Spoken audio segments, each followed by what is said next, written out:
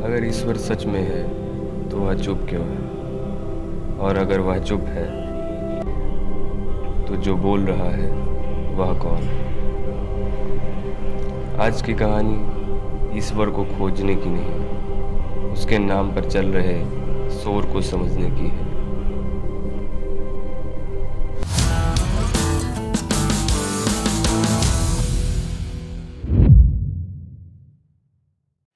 नमस्कार,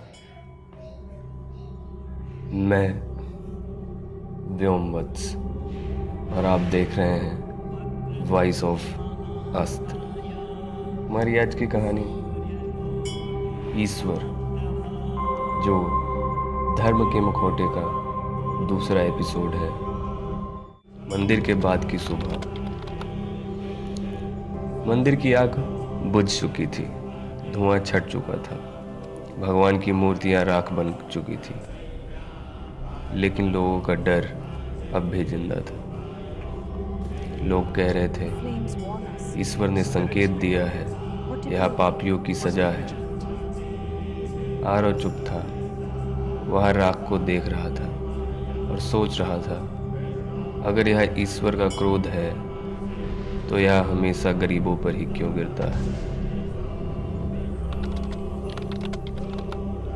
ईश्वर की परिभाषा।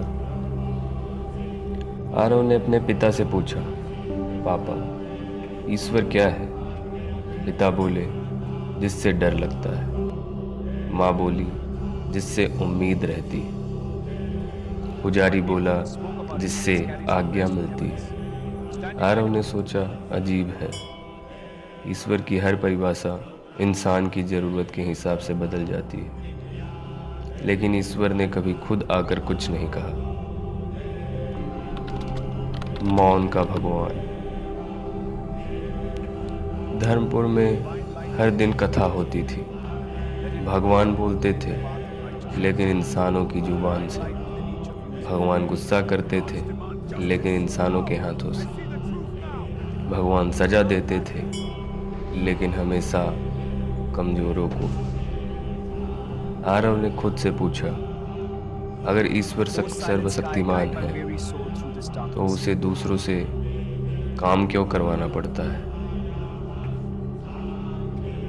सवाल जो अपराध बन गया। आरव ने मंदिर में खड़े होकर धीरे से कहा, अगर ईश्वर है तो वह खुद क्यों नहीं बोलता? अगर वह न्याय है तो अन्याय क्यों देखता रहता है?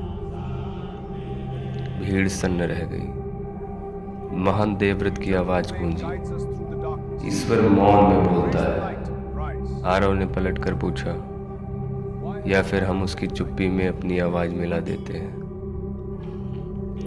उसी दिन पहली बार लोगों ने आरव को ईश्वर से ज्यादा खतरनाक समझा।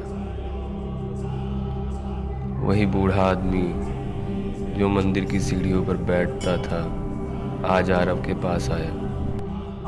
उसने कहा, बेटा, मैंने जिंदगी भर भगवान को खोजा, मंदिरों में, ग्रंथों में, लोगों में। आरव ने पूछा, फिर मिला? बूढ़ा मुस्कुराया, नहीं, लेकिन इंसानों को देखा जो भगवान बनने की कोशिश कर रहे थे। ईश्वर का डर।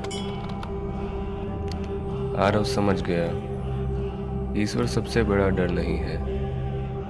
ईश्वर के नाम पर इंसान सबसे बड़ा डर है, क्योंकि ईश्वर सवाल नहीं पूछता, इंसान करता है। ईश्वर सजा नहीं देता, इंसान देता है, और फिर कह देता है, यह ईश्वर की इच्छा थी। ईश्वर कौन है?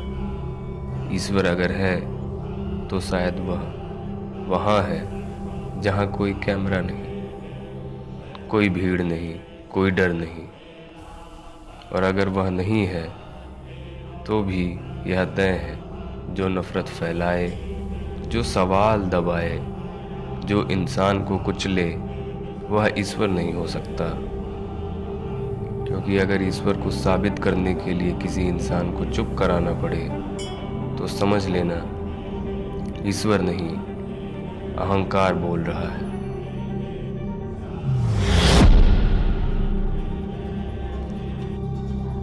यह था हमारी कहानी धर्म का मुखौटा का एपिसोड 2। कैसा लगा आपको यह एपिसोड?